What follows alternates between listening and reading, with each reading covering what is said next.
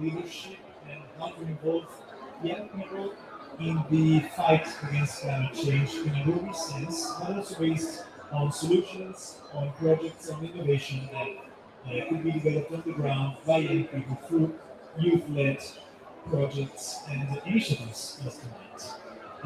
We will have a very, I'm very emotional actually to have this group of friends together with us. Let's say many organizations from Italy, but also climate outreach, and we are happy tonight, this evening actually, to introduce a new report from climate outreach as part of the Wider Spark consortium, but we will discuss that later. We always say as Italian Climate Network that we are a database and data-driven organization which tries to popularize somehow the topic of climate change and the climate negotiations and how, what do we actually do in the course. But I would like to start with a very special guest.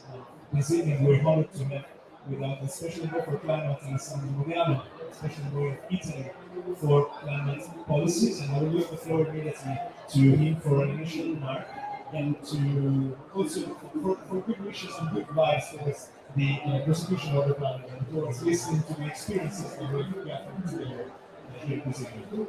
Please.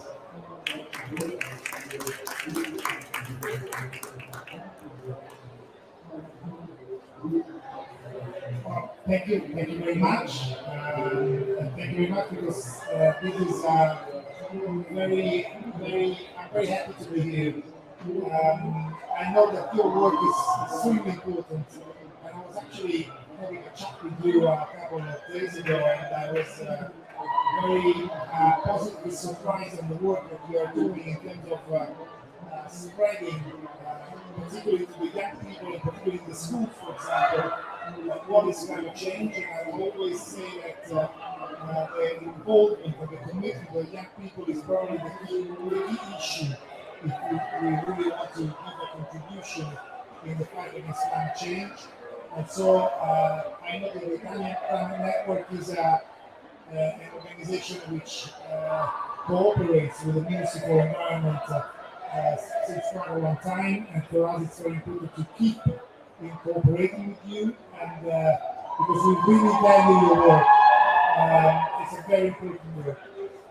You know that Italy, particularly in the last couple of years, decided to give a strong priority to the involvement of youth in the climate change, in all the climate change issues, and we launched last year during the pre-COP26 in Milan the Youth for Climate Initiative, which is probably one of the most interesting initiatives that we launched in the last few years. And when I joined this work, not even 1 year ago, Youth for Climate was probably one of the positive aspects of this job, because I strongly believe that we have to invest in this, and the initiative has been very successful in Milan, so that the former minister Giovani decided to transform this initiative in something permanent and also in something that would not offer to the youth people, to youth only a place to discuss, only a place to confront ideas, but specifically will work in the youth-led solutions and in giving, in other words, something concrete to work on. And the other aspect which is very important is to guarantee that the debate, the proposal, the manifesto that was approved last year could then be transformed into something that could land on the international negotiation tables, and so to transport this as a very solid channel between youth and governments, because otherwise we just discuss and there is it's interesting but it's not very useful. So we strongly believe in the Youth for Climate Initiative. As you know, we organized another flagship event a few weeks ago on the margins of the United Nations Assembly, and we decided together with UNDP, which is our partner in this initiative, to organize a flagship event at the margins of the General Assembly, precisely because we want to give the youth the possibility to be in contact with the multilateral environment, which is where the decisions will be taken in terms of the youth, in terms of climate change. So I'm very happy to be here, and I really want to wish you a fruitful discussion. And of course, we are always available in confronting us with you, and this is a very, very important aspect of my personal job in the Ministry for Environment and Energy Security. So thank you very much and good work. Thank you.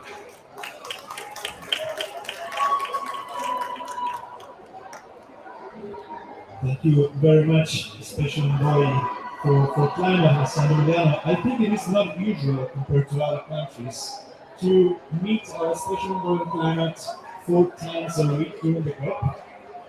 I would like to stress that your ability also to engage in the dialogue with youth-led organization is extremely natural in many aspects. So thank you for that.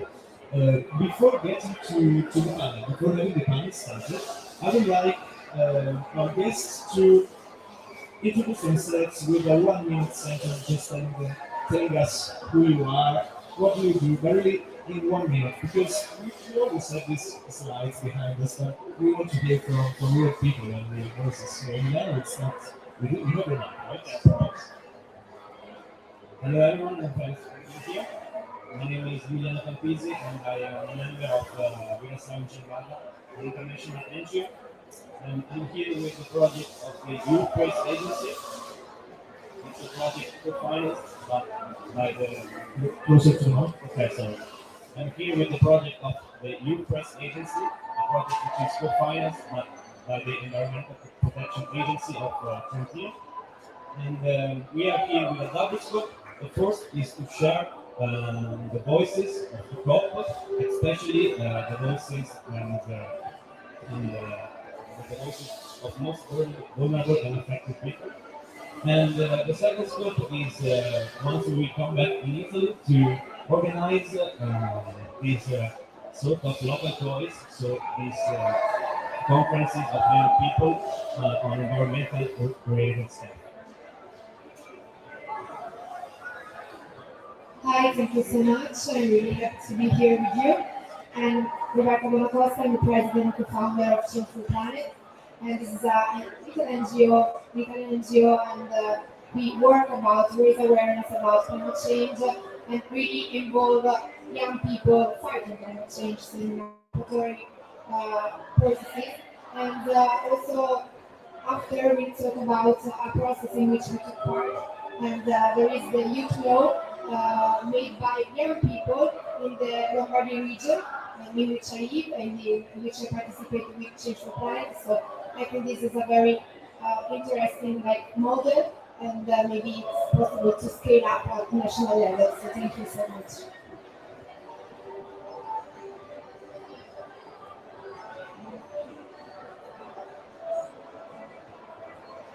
Yes. So I will try to be louder than Despacito. I know that everyone is attracted by this. I will try to be louder.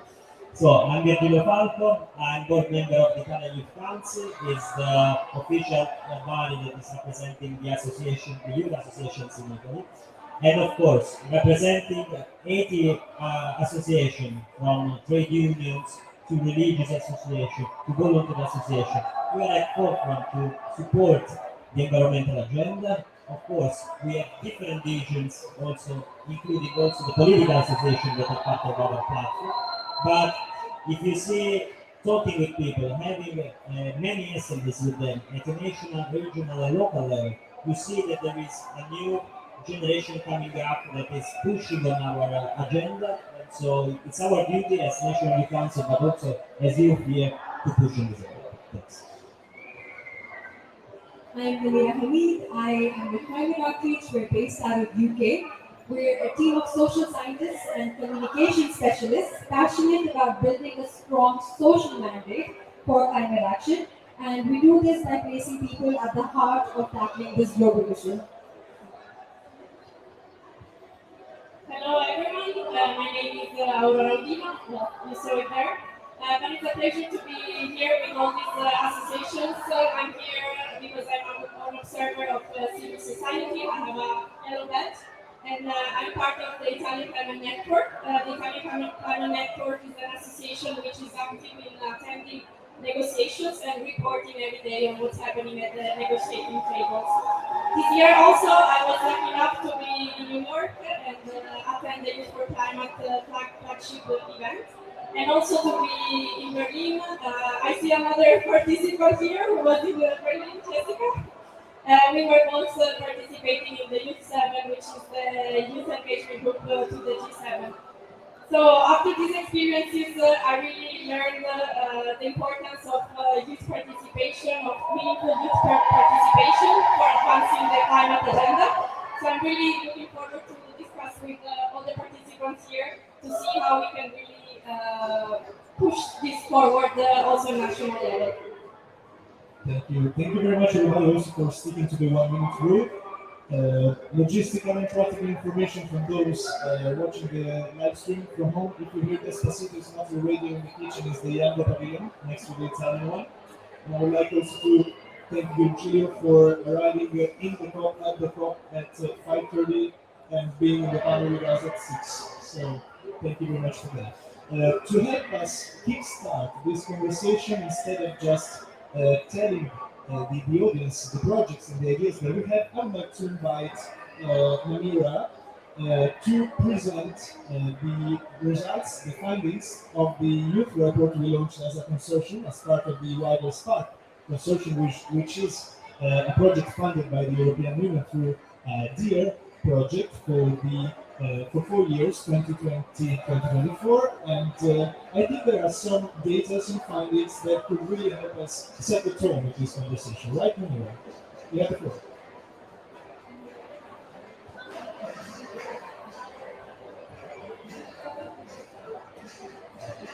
Thank you so much. You gave a perfect segue and introduction to the work that we're doing. I really hope the youth in the younger pavilion right now can listen to this because they would love the findings that we found out from this. So basically, as a primer, we know that the issue of financial compensation to countries most affected by climate change has been very controversial and has been intensely debated leading up to COP27, but also during the COP27. And we see that for many, whether COP is seen as a success will depend on the progress on financial pledges, including developing a loss and damage finance facility. So it is a very politically charged concept for many Western politicians. What we're keen to see is more focus on the role of the public. And because we know from our research that even though implementation has been slow, there has been incremental changes over the past 26 COPs, and the public is increasingly engaged in urgent climate action. So the good news, I'll tell you before I start the presentation, is that our research shows that the younger generation in Europe, who are likely to be profoundly impacted by the climate crisis, appears to support the idea of paying compensation for the impacts of climate change. So what we did, if we go to the next slide, is we did a survey, which is a pan-European online survey of youth. We had focus groups with concerned young adults. These countries involved Germany, Spain, UK, Italy, Belgium, Portugal, France, Romania, Hungary, Latvia, and Czech Republic. The survey is from April 2021, which is pre-cost of living crisis. The survey and the workshops are to different audiences, so it's worth bearing that in mind. And we chose to focus on the more narrow workshop audience as we represent persuadable audiences for advocates who are not yet active. What we see in the next slide is that the summary of the results shows that a lot of the youth is unfamiliar with the terminology of climate justice. So they may not understand it completely. We also see that those who are concerned are deeply worried about climate change. We see support from many of the young peoples for the principles, including support for paying reparations. And there's a lack of deeper understanding of climate justice analysis, that is the impact on marginalized people, gender, and historical context. So we see that maybe the education that they're receiving at the moment doesn't really go into the colonial aspects or the historical injustices of loss and damages. We also see that the youth feel powerless and they do not trust the governments or the corporations, and they dislike divisive languages. So if we go to the next one, we also see that there is a rising concern about climate change and also a rising willingness to take action. In the survey, we see that 4% didn't want to take action, which is a very, very small number. We see that 25% were willing to take action in a legal protest. And we also see that 1 in 10 young people in Europe are prepared to break the law to tackle climate change. And that's a very high number. In the focus group, we found out that concerned young adults are deeply concerned using languages like catastrophe, apocalypse, end of the world, and this really sort of worries them. In the next slide, we also see that the youth is unfamiliar with climate justice terminology, but they generally support the principles of climate justice. So less than 30% thought that they could explain the term climate justice to someone else. But we see that 81% agree that we need to transform society and change how our economy works to tackle climate change. Even without understanding climate justice, 80% understand the principles behind it. 72% agree that that those affected by climate change, especially in the global south, should have more say in decisions about climate solutions. In the next slide, we see that only 20% agree that globally women are more impacted by climate change than men, and 33% disagree. In focus groups, we see the participants care about climate change and social justice, but really connect them, so they don't know how to link poverty and other social issues. They don't yet have a strong grasp of the idea of historical responsibility, as I said, because this may not be something that would be a part of the education, of the formal education. In the next slide, and I'm concluding here now, majority, 58%, are in favor of richer countries compensating poorer countries that are facing loss and damage as a result of climate change. I'm going to repeat this again. 58% of young people in Europe support richer countries support compensating poorer countries. And amongst those concerned about climate change, some were immediately supportive of the idea of a loss and damage compensation. But others asked very practical and sort of philosophical questions. That is, how would the permissions continue to do harm? Who pays? Who decides who pays? What form the compensation takes? And who decides what form it takes? So they were asking really relevant and practical questions. Some showed concern because they didn't see relevance to solutions needed now and worried that this could create a division or delay action. So they genuinely want conferences like us to produce action. We also see that the youth continue to feel powerless to change status quo and resist the idea that young people should hold burden or responsibility. They don't trust corporations, they don't trust governments, and they don't like the sound of taking away decision-making power and resources. So the last slide, I just show a quotation from one of the workshop participants. She said, "I believe that big changes are needed, but they cannot be achieved. However, they should be." Towards the end, I'd just like to say that we need to bear in mind that these numbers are very high numbers. We need to listen to the youth, physically here as well, because especially the songs and the dances happening in the youth pavilion are exactly behind what we're saying in the slides here. Youth are very, very in support of the loss and damage finance facility, and I think numbers speak for themselves, so that's what we as decision makers need to focus on. So I'll end my presentation here. Thank you. Thank you very much, Samira. And I'm quite confused now because I had the feeling that we should have done the very same panel inside the room of the negotiating, right? 58% of European youth. That's a very strong message for everybody here with a red badge negotiating the new agreement or at least the cover decision in this very moment. We also heard that some keywords are somehow there in terms of economic society, in terms of how do we feel and how do we prepare mentally for the actions that as youth-led organizations we try to bring in the community and the territory and the grassroots level. Thank you very much for that. We will try our best to circulate the results that we saw in Europe and in Italy as well. Yes, we imagine this panel as a dialogue with the institutions, and we will be happy to hand over the presentation to especially Padiglione as well. And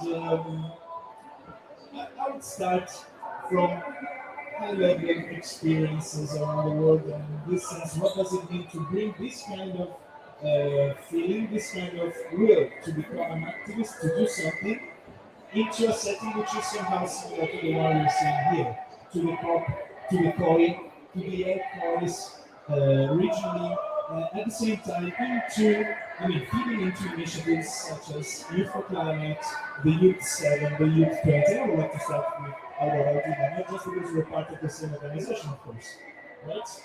Just because it's linked to the topic, but I would like to hear from you. You always speak about meaningful youth engagement. What do you mean? Thank you, Jacopo. This is a very good question. First of all, I would like to start with sharing some figures. Overall, in the world, around 50% of the entire population is represented by young people, which is people that are under the age of 30 years old. And guess what? I'll ask you actually, can you guess a number, the percentage of politicians and especially parliamentarians who are under the age of 30 years old? Any guess? 4%. We have a 4%. Any other? 6%? 1? 10? 3? Okay, we almost cover everything. Okay, no more than 10. But the answer is 2.6%. So 2.6% of parliamentarians is actually people that are under 30 years old. Although almost 50% of the overall population is people that are under 30 years old. So I think this is a very important number if we consider that we will be at the center of our future, and if also we consider that those politicians and those people that are taking decisions are actually also taking decisions about the future we will live in.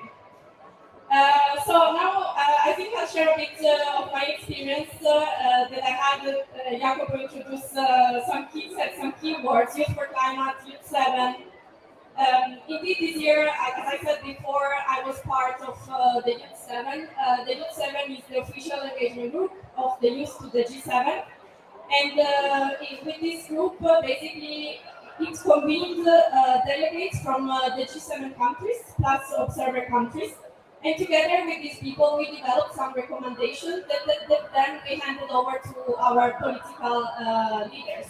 There was also an official event in which the G7 presidency came, Olaf Scholz, the German officially presented the recommendation and handed them over to him. This process, however, was not just a single event, was not just a summit. It was composed by three main phases. The first phase was that we ran some consultations at national level. So we tried to engage with young associations that were active on the topics of our recommendation. In particular, I was dealing with sustainability and climate-related topics. With this consultation, we tried to really collect ideas from all the people in Italy. And also we developed a survey, so following your example, we developed a survey and really to capture also individual ideas and not just organization or associations ideas. The second phase was then how basically to collect all these ideas into the final proposals. And with this, we had the second phase was about negotiations. So we negotiated the proposal with other delegates from the G7 countries and observer countries. And then the third phase was the advocacy, which was well, maybe the most challenging phase, because it was really how we can bring this recommendation forward so that they are not just standing on a piece of paper. And this also is related to the Youth for Climate. This year I participated in New York to the Youth for Climate flagship event. Youth for Climate, as mentioned by the Italian Special Envoy to Climate Change, was created last year before COP26, and the initial idea was really to convene young people from all over the world to develop a manifesto and then to really bring these proposals into COP26 last year. From that, Youth for Climate really became a process of empowering young people. Because indeed, this year we had another event. It was a bit smaller, but let's say the goal was a bit different. It was about trying to implement the solutions that were proposed last year. So we worked with other people. We worked with thematic roundtable and really try to discuss for solutions. And two important things I think that were announced, and I think they are very relevant for youth engagement and meaningful youth empowerment, were the launch of a platform, the Youth for Capacity, which is this space where young people can interact, and it's accessible by anyone, so not just the Youth for Climate participants. And also then they also launched a call for solutions. So basically they're offering grants to try to implement the solutions from the Youth Manifesto. But actually, if you have an idea, you can apply and submit your idea. I don't know how much time. Okay, I have time. Okay, so I think I try to grasp some key elements for these experiences. So Youth for Climate, as I said, was about trying, now it's getting about implementing solutions, but also about giving young people the tools and the knowledge necessary to implement these solutions. Because if we have to maybe submit a grant to ask for money because we have an idea, we may not know how to draft a grant and how to write it. So also they are launching some webinars where they are teaching anyone, all the young people, how to write a grant, and so that they can be prepared for the call of solutions. So in these processes, I think the key elements, the lessons learned from these processes were really about how try to have a structure for meaningful youth participation, also at local level, not just at multilateral level. And with this regard, I think I learned some three key elements for meaningful youth participation. The first one being, if I am a representative of youth, I don't want to represent myself, but I want this to be an inclusive process. So I want to include as many voices as possible. And so when we talk about national level, we don't just want to have one person representing himself, but we want this person to represent all the geographies, all the background, all the people, all the young people. The second element for meaningful youth participation, to me, that I learned is about having a long-term and permanent structure for youth participation, maybe youth dialogues with policymakers, and also that this structure should be monitored and verified, especially the proposals the young people may bring forward. And this process should also include the verification. So which proposals have been realized, which proposal we put into place, and which other have not. Third element, I said two elements. Third element, very important, resources. So when we talk about meaningful youth participation, enhancing this dialogue with policymakers, we also need to make sure that the people involved have the sufficient resources. And these are both financial resources, so that because we want this process to be inclusive, to not that only the privileged people can participate in this process, and also intellectual resources. So we don't want to have to ask someone their opinion on a topic that they may not know or they may not be prepared about. So it's also very important to prepare the people you engage with in terms of knowledge, so to train them, educate them on the topic. And going back to Youth for Climate, this now has, like, let's say, it's been carried out by, as I said, like performing trainings for young people to learn, in this case, how to write proposals that can be submitted for the call for solutions. So I'll stop here. I think I talked a lot, but looking forward to hear from the others. And yeah, I mean, also at top level, I don't know how many, I'll take one more minute. I don't know how many of you have been following the negotiations and how many of you knows about youth participation at COP. But this year, I think there were some very important results about meaningful youth participation. First of all, it's the first year that we have a Youth and Children Pavilion. You can hear. It's just there, and you have noticed that, yeah. Yeah, if you're looking for parties, no, but it's not just about having music and parties, because besides that, it's the first year that the presidency has decided to have a youth envoy for at COP27. And also, it's the first year that the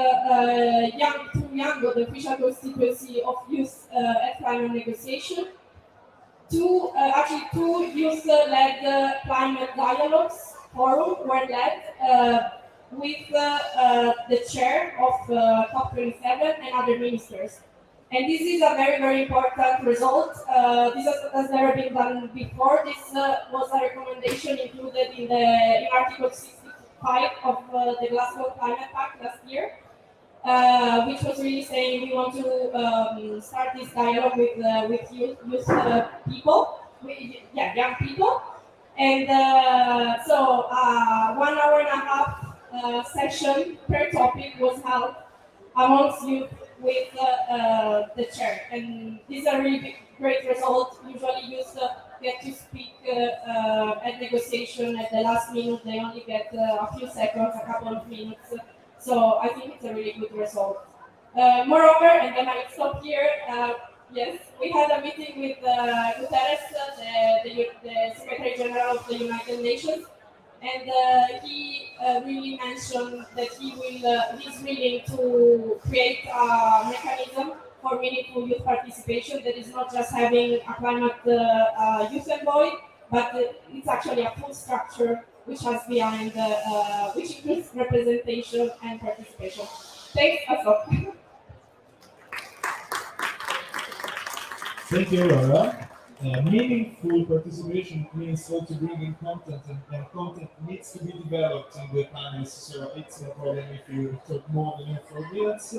And also building on what the special envoy was saying at the beginning of this panel, we always hear ministers, special envoys come to these panels and say, oh, you know, I was so surprised about what I've heard. And the answer would be, why? If we are sure that as young people we have content and we have the means as well, and we have the knowledge to bring this content into the COP and into these kind of settings, at some point we would ask why to people reacting with surprise when they hear us talking. And in terms of negotiations, before getting to Virgilio, right now in the rooms they are negotiating the final cover text, which will become the decision at the end of this COP, perhaps a Sharm el-Sheikh declaration or however it will be called.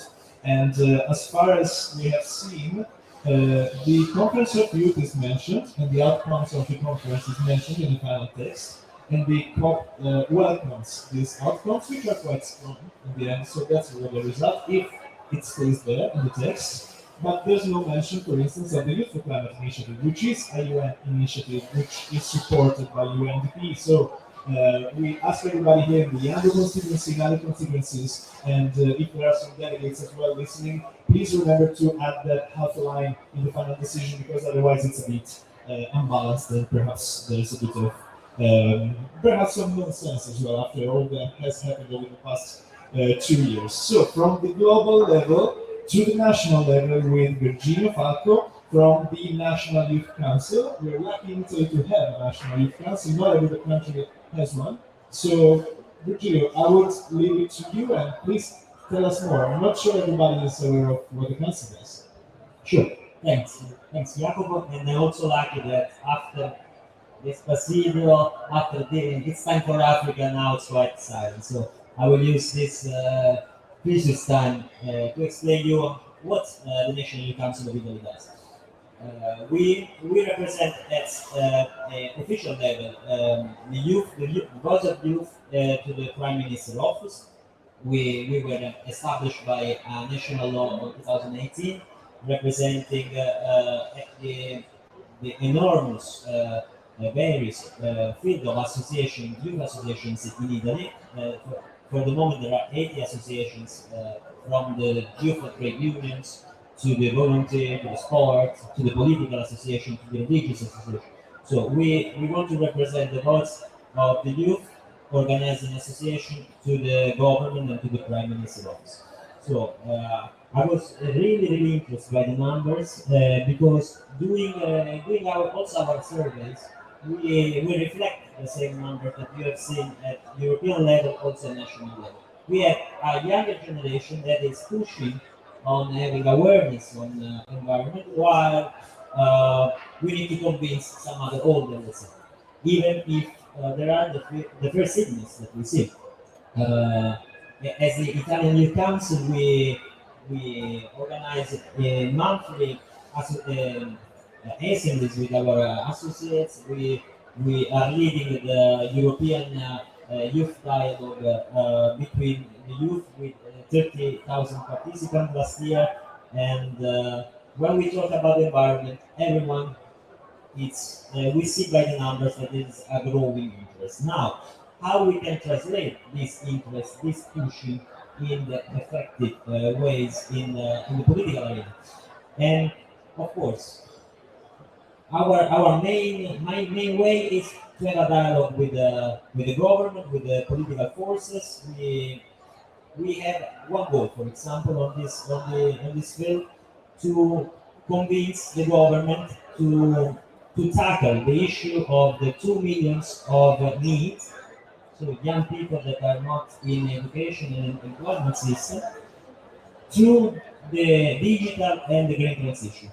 Using this, for example, there is a study of Excelsior, an Excelsior study with saying that in the future 2.9 million of new jobs will be created by the green and digital transition. So we providing data, like the presentation on before, to politicians, to in the assemblies, also at the local level.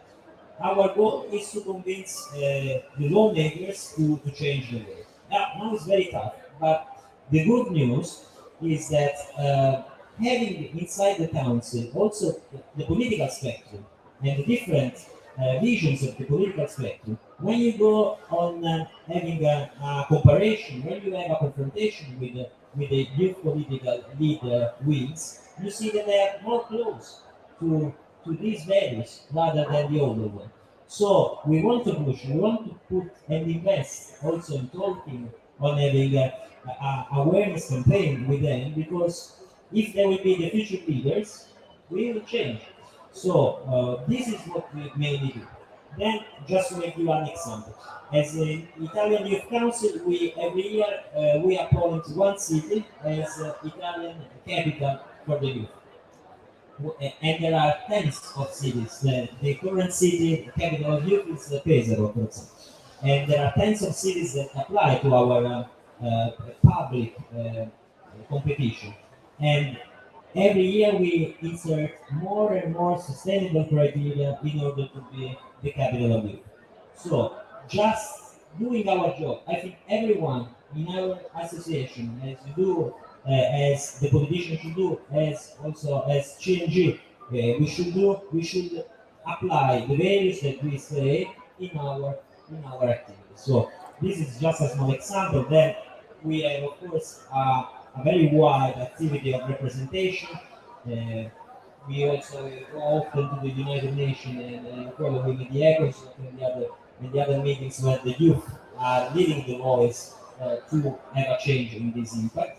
But what is important, I think, is to give an example. If we give an example with our activities, even if they are small, even if we are working for a small newspaper, for a small association, or in a bigger level, or leading the government, with our action, with our examples, we can lead the transition, we can lead the change in our world. Yes. Thank you very much to Virginia Falco also for introducing the next speakers, because you've been talking about changing the law. Before we come here, we were talking about breaking the law. Interesting to send this PDF to some politicians we've met over the past 8 days. Changing the law by also acting at the local level and proposing projects at the local level. And I would like to switch to the other part of the panel, because we have two, well, someone would say good practices from northern Italy in this case, but I would like to call them, well, more than good practices, let's say powerful examples of what we are talking about. And I would like to start from Roberta Bonacorsa. She's the president of Change for Planet, an organization, a friend organization of the Italian Climate Network. Somehow we started the local call process back in 2019. Yeah. I remember that was extremely powerful, and it was for non-Italians in the room. We looked very confused and very random at some point sometimes, but then we managed to organize big things as well. And at that time, that was quite chaotic, but we did it. We did it, and you're here also to discuss, to present a local initiative. And well, no spoiler. Go ahead. Okay, thank you. And I'm really happy to be here also because about ECO in 2019, it's the reason why I'm here now, because after that we decided to create our association, Change for Planet, exactly from that energy of young people. So I'm really happy to be here. And then our experience is with the Lombardy region, the region in which I live in Milan. So the region was very open to create a participatory process to create a youth law made by young people. So they was helped by another NGO, Officina Italia, and they worked together. So this is also an interesting point that we have to work together. We have to work with civil society, with institutions, also with companies, and work together to do things and not like work every time separated and like I do my things and not yours. So I think it's really important. And so they like in about a year more or less, they start to do some events in the principal provinces of Lombardy, and create like round tables about different topics of interest of young people, not only sustainability but also work, education, equal opportunities. And I think also it's another point that I want to stress, that we talk about climate change all the time, but and also about sustainability, but we don't think about that it's not only about an environmental problem, but it's social and economic. We have to really act in this way, in a complex way, but it's the reality. We are a society, and we live with the environment, with economy, and all such issues. So they divided the roundtables about all these topics. And after that, so it took like 6 months, 8 months. At the end of the year in October in Milan, they organized like a conference, and they invited like 60 young people, and I was there representing Change for Planet, and they used the same approach. So they divide us in round tables, and I follow the sustainability one, And then we create in that moment, so like in a day, during a day, we did a youth manifesto, and it became the part of the law. And I think this was a quick process because in a year and also in a participatory process, they did it. And like after 5 months at the beginning of 2022, the law was created, and they funding it with 10 million for the next 2 years. So there is a real commitment for young people.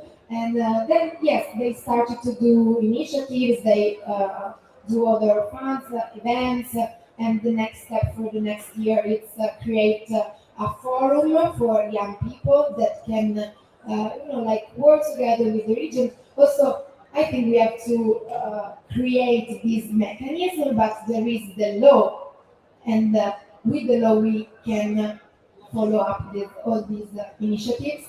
So yes, I'm really happy to be part of this process in my region, and I hope that this is like only a model, only the beginning. And also I want to stress another point that always from young people we ask about new ideas, and I always said that I imagine the world with big bubbles, like million of bubbles of ideas, and they stay there. And after they ask to us, okay, new ideas, but it's real, or maybe we have already something really important, really powerful, and maybe we have to start from this. So yes, I think that we have many ideas, and we have only have the space to make them concrete. So yeah, always is my, I don't know, also my passion, but my goal to create and do things have impact, because we talk so much, we are aware about climate change, climate crisis, and I think we don't have to talk so much, but start to do actions, strategies, plans, and work together. Really, we have to work together, and in a multi-sectoral way, civil society, institutions, companies, because if we have to change the paradigm in which we live now, we have to do this. So, thank you. Thank you, Roberta. And in terms of working together, I would like to give the floor to a representative of an organization which we work a lot together, which is the Youth Press Agency and Sharm in this case. Paolo, se ci vuoi vedere, ciao, in Italian. And Emiliano Campisi is here to bring another success story from the autonomous province of Trento and the current plan the province and the region are developing somehow. Tell us more. Exactly. I want to begin with the number that Namira brought previously, the number of these then the number of these low number of young politicians. This is important because this is where we want to include the participatory path in the decision-making process, because of course climate change is a cross-sectoral problem, and in order to fight climate change, we need long-term decisions. But politics and long-term are quite unserious. And so this is why it's important to bring the voices of young people in the decision-making process. In Trentino, we will organize these local conferences on environmental issues, and there will be 4 official conferences, but due to a lack of human and economic resources, because we want to cover all the territory, so we will make possible to organize we call them free conferences, and all the outcomes from these conferences will be used to construct the the strategy of mitigation and adaptation of the climate. So this is the focus of this young conference. I mean, in our territory in Trentino, the mean temperature rise above 2 degrees already, and in only 5 years we had two extreme events. The first was Baia storm, which devastated tens of thousands of hectares of forest, and the second one happened this year, which was the collapse of a part of a glacier, of the Marmolada Glacier, due to high temperatures, and this killed 7 people. So it is important to include young people in this decision-making process because it's cross-sector. For example, and I bring only one example. Rising temperatures leads to water scarcity, and this affect in our region tourism because of the less snow during winter. We depend a lot economically on winter tourism, and this also affect energy. We depend on hydroelectricity for the 80% of our electricity system, and so we want to collect concrete ideas. I want to stress that because we will do a period of formation before these conferences. We will invite experts from all sectors, and so this formation will help these young people to collect concrete ideas. And I think that in this moment where confidence in politics is very, very low, this kind of processes, let's call some kind of direct democracy processes, are very important to the survival of our democratic system. In Italy, especially, where the political system is averse to change, to generational change, this is very important, I think. And it's also important to work together, to cooperate, to bring this participatory path also not only at local level but also at national level. So some days ago we had this meeting with the Italian delegation, no?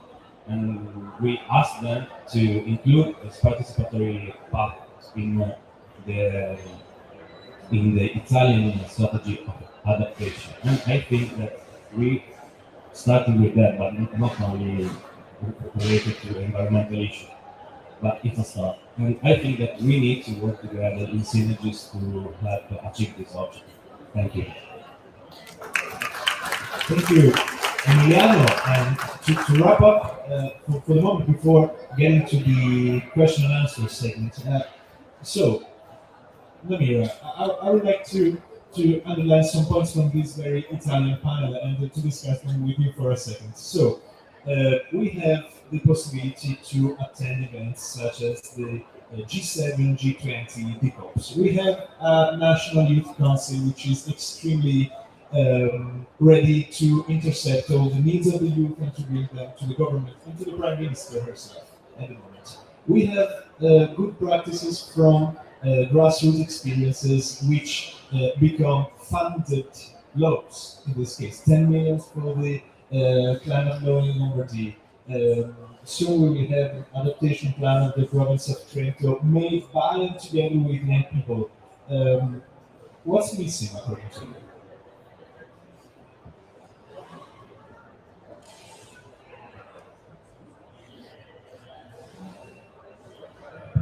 I think what's missing is something that we place a lot of importance at our organization, Climate Outreach, is placing public at the heart of it. So we see that the more that the public is engaged, the more that the public has awareness, and the more that the public is truly embedded in climate action, that's when governments are being more held accountable, our leaders are being held accountable. So what's missing in this entire sort of diagram that we see with high statistics of youth supporting loss and damage finance facilities. We see similar statistics from these evidences that are shared on the panel. The missing ingredient then comes down to more public engagement. Even placing loss and damage on the official agenda of COP27, which a lot of the small island nations have been talking about for the last 10 years, if not more. But this year, the only reason that it was put on the official agenda is because the public was highly engaged. There was high levels of awareness because of the floods in Pakistan. It became just very, very critical that the push was so strong for it to be on the official agenda. Now, what we see from our statistics from the climate outreach research is very similar. If so much of the youth is engaged, what's missing, then the next step is just sort of more awareness and more engagement so that we hold our decision makers to account. Thank you very much for your comments. I will now open the floor in case there are any questions or comments. Okay, two. Okay. I've been sitting for too long, so I need some time. Hello everybody, thank you all for the session. That was a lovely one. I'm giovani. I'm from Jordan, Middle East. I work as a project coordinator with a civil society organization which is youth-led. That's also with Aurora in New York back in September. And so my question is, how can a civil society organization be part of initiating and being involved in Youth for Climate and creating a cross-governmental entity that can work with the government as the Italian Minister of Ecological Transition adopted it with the United Nations? It's a hefty one, so. I will collect one more question, maybe, and then we go with a quick round of responses. Here, right? That was a question. Go ahead. Thank you so much for the presentation. My name is Sinan Ludin. I come from Uganda. I like your study that says 58% of the young people in Europe say that they support loss and damage. Still, this is a very little number. Russ would say maybe like 80 or 60, because there is so much that is going on in vulnerable communities that needs attention. Thank you. One very last question before getting back to the panel. Thank you very much. My name is Stephen Lavla. I come from Liberia.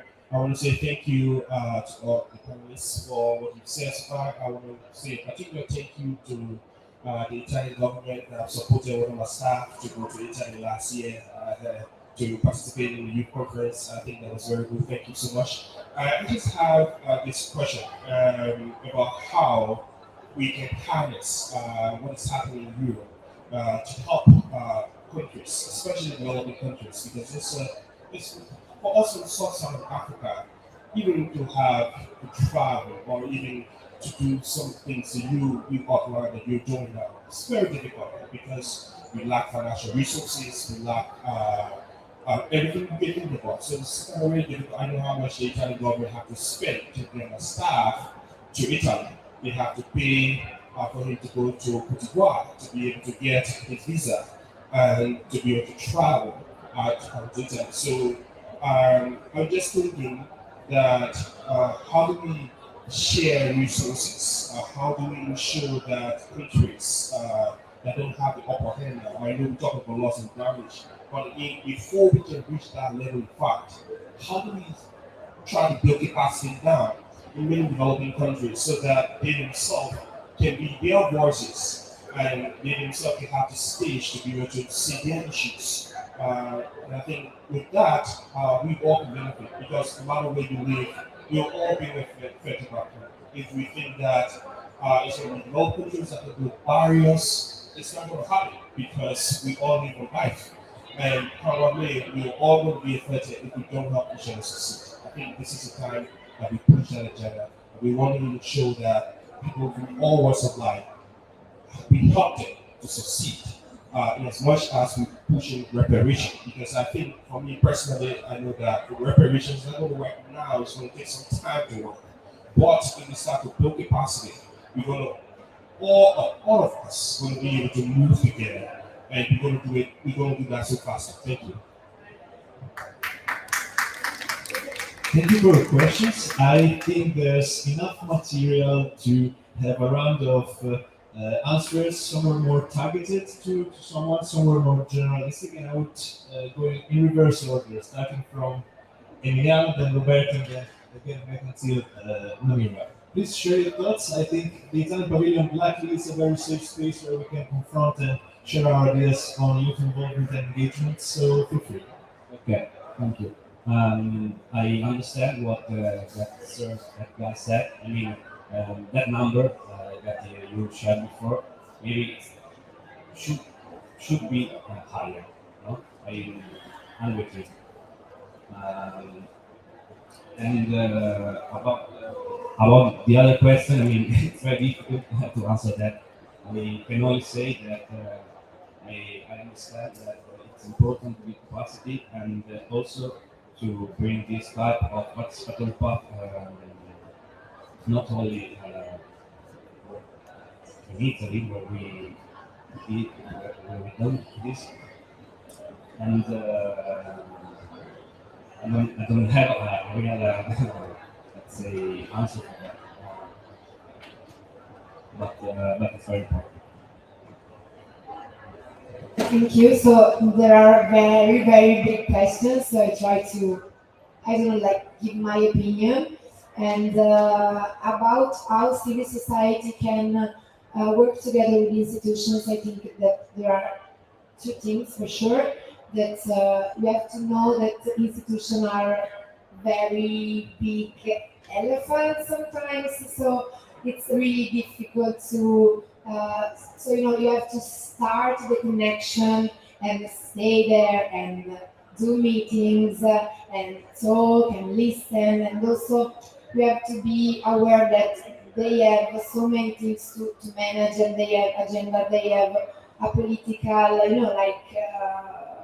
party. Also, this is can change things, and so we have to be aware how works the institutions, and also be determined to stay there and take spaces and wait, stay there, do something, and then okay, I wait, but always with your vision, we have to go together to go to the institution and ask to them that we need something, we want something, and about this thing, I think that we have to go to them with an idea, with something more concrete, and say to them, okay, I have this idea, exists this model, not only in your country, but also in Europe, in, I don't know, different countries, and say, maybe there is this model, we can try to start with this, So I think, I think this, and also we have to take any space we can. And about the other question, I feel like that I ought to say something because I study international cooperation, and so I really aware that we have to work together, and the global north and the global south, they are separated for many years, and I think it's very complicated, but at the same time we have just to listen to each other and not try to do to the other countries. You have to do this in this way, and but try to create mechanisms and opportunities to know each other. And it's really big, but we are in the same planet, and it's very urgent to find a way in which we can work together, cooperate, help each other, find loss and damage mechanism, international cooperation with the European Commission. It's the same topic as at the local level. Take our space and stay there and try to ask, and maybe in a few years you can reach something. So, yeah, thank you.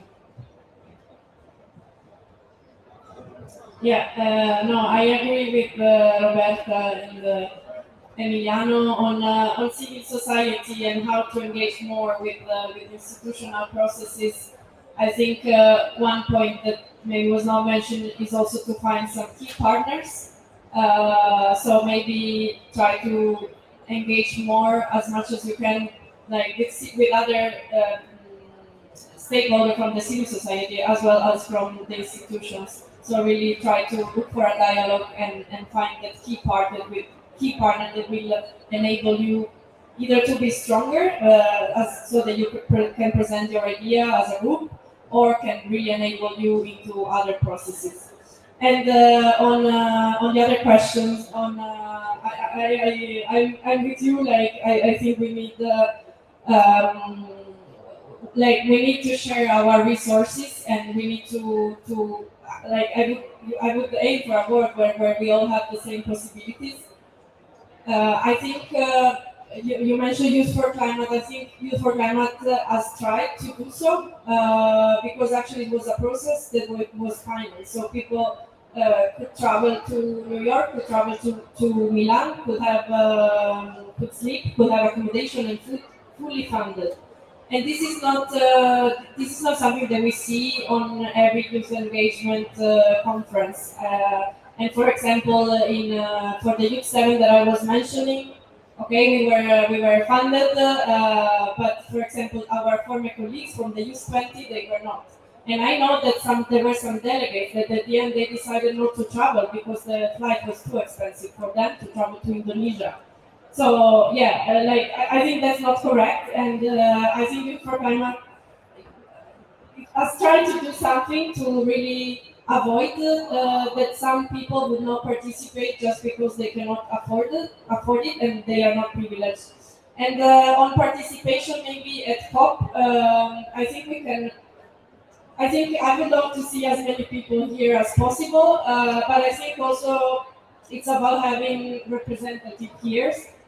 So maybe having one person who is fully funded, but this person is representing a bigger community, right? It's not just here because of himself or herself. So it's not. I don't think it's necessarily about the number, but it's about the representation that the person that is here has, basically. So that's my opinion. So, I agree on what was said before. I will add some elements in this. So, I believe that, of course, it's important what the states are doing for us, but sometimes, I don't want to mention Kennedy, but sometimes we need to think on what we can do for the state, but also considering the private and public level. Because there are many, many companies that want to invest in this, and they don't know how to do. And they need young voices, and they are sort of aligned with the young voices, but just they need them. And so this can be also another opportunity, as well. The association, being a single voice is not the same as bringing voices together.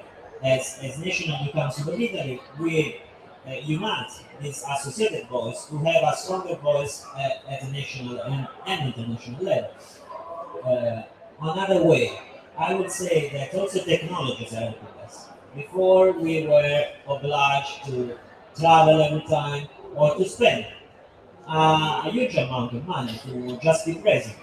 And now with online activities, we could also, in case we became viral, there are also many events that are online and just seen by few people, but in case we become viral and we have native digital, so our generation has more tools than the other generation on how to make viral, how to make popular and public contents. So using all these, of course, together with the support of the public, I think our voice can be stronger. And also mentioning what Roberta was saying, I also think that one day we should take more energies, more enthusiasm, saying, I don't want to convince the public. I want to be the one ruling. I want to be the one having the ideas, leading the country. So also presenting ourselves to run the public institutions. Thanks. Thank you. Just to add a bit more to what the panelists have said, I thought it was a great question that you asked, but some of the other statistics that we also mentioned was at 80% of the youth from the same group agree that we need to transform society and change our economy completely in a radical way.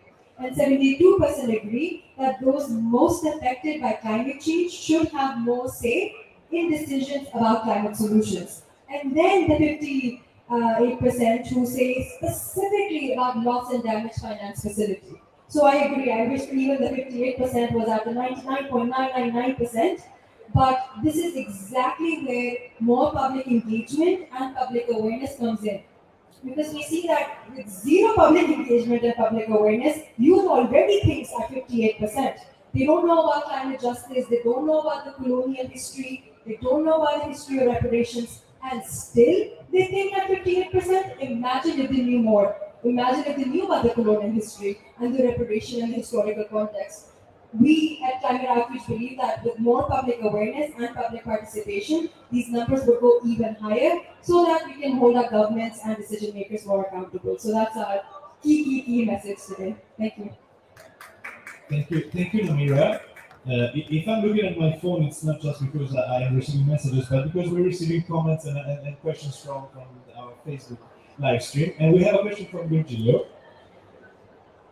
Someone on Facebook wrote, we've been reading that as group of organizations, youth-led organizations in Italy, and together also with other big names like Save the Children, you've been proposing also to the new Minister of Environment to launch a stable consultation table for youth. Roberto was mentioning that as well.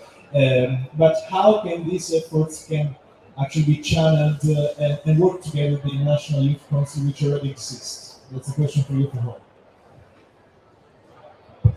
Of course, I believe that as many as channels we open, the better it is. So we are the voice of the association, but at the same time, more push there is from young people at all levels, from the schools, from the also singular voices, the better it is. So I don't believe that should be just one channel. As we said before, the young population represents a huge amount of voices, a huge amount in percentage of the population, cannot be just channeled in a single institution. And on a positive side, we should say that also what I was saying before, that the young people should also be inside institutions. This is something that is a bit growing.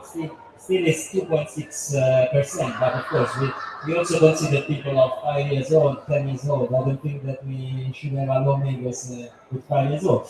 But besides this, I believe that we should use all the opportunities. The National Youth Council is of course a tool, but in order to have our voice heard, we should use all the tools that young people can do. Thank you, Virgilio. Before closing, I always do a thing when I get asked to be the moderator of something, which is homework. So it's plenty of panels inside here every day. There's panels everywhere, people talking, people discussing. But I think it's also useful to see each other next year at the next COP, perhaps with the same panel. And we will meet and greet and say, oh, you remember we said that? We did that. So, in a nutshell, like 30 seconds each, homework for everybody towards the next COP and the next year of activities on the ground of your associations as well. Homeworks for us, for yourself, for different organizations in general. We start from Namira, otherwise I always start from Emiliano. So. I would say that we should use trusted messengers to pass on the message of climate action. So it's okay, my NGO, your NGO, your NGO, all the NGOs say the same thing over and over again, but our statistics show that if we use trusted messengers, people like David Attenborough, people that, from a profession that the public believes in and trusts in, let's use those trusted messengers to pass on this message so that it's more powerful. So that's our homework for next year. Thank you, Namira. Virgilio. Thank you. So, homework. Let's find a simple, strong message, very easy, and everyone pushing in that direction. So it's very ambitious, but this can be an answer. Like, for instance, loss and damage facilities. Aurora. My homework. I think what my key takeaway and message and homework would be to sit at a table with all the associations that we're here today and with even more and engage with the National Youth Council and really try to have this single voice all together.